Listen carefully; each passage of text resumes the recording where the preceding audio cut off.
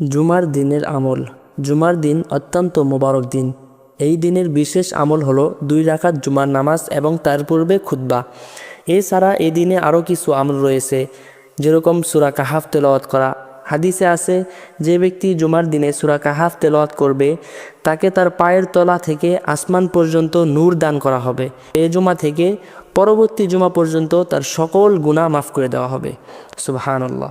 এবং আরেকটি হলো চুল নখ কাটা, জুমার নামাজের আগে গোসল করা, জুমার দিনে আসরের নামাজের পর একটি বিশেষ দরুদ শরীফ পাঠ করা। তো দরুদ হলো আল্লাহুম্মা সাল্লি আলা মুহাম্মাদিনিন নাবিয়্যিল উম্মিয়্যি ওয়া আলা আলিহি ওয়া সাল্লিম তাসলিমা।